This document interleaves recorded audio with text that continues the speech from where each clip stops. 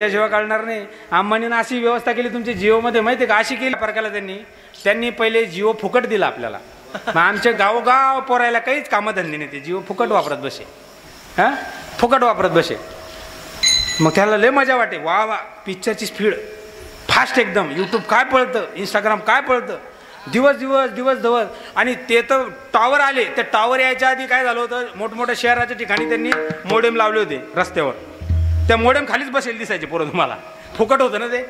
आपल्याकडे कसं आहे, इकतचं म्हणलं की घे ना कोणी, आणि फुकतं म्हणलं की आपले दोन्ही, असं असतं ते. मग फुकटात म्हणल्यावर सगळे वापरायला लागले. इतकी सवय लावली, इतकी सवय लावली, एवढी सवय लावली की मग आता त्यांनी रिचार्ज झालं 400 रुपये जवळपास. बरोबर आहे की नाही? 350-400. आपण आता तरी मोबाईल रिचार्ज मारणं बंद करू का?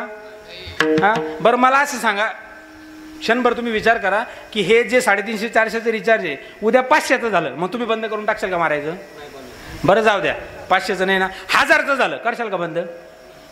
अहो 1000चं झालं ना, आणि तरी बंद नाही करणार तुम्ही? हां, एक टाइम कमी जेऊ पण रिचार्ज. याला म्हणतात भोय बैसल्या व्यापार.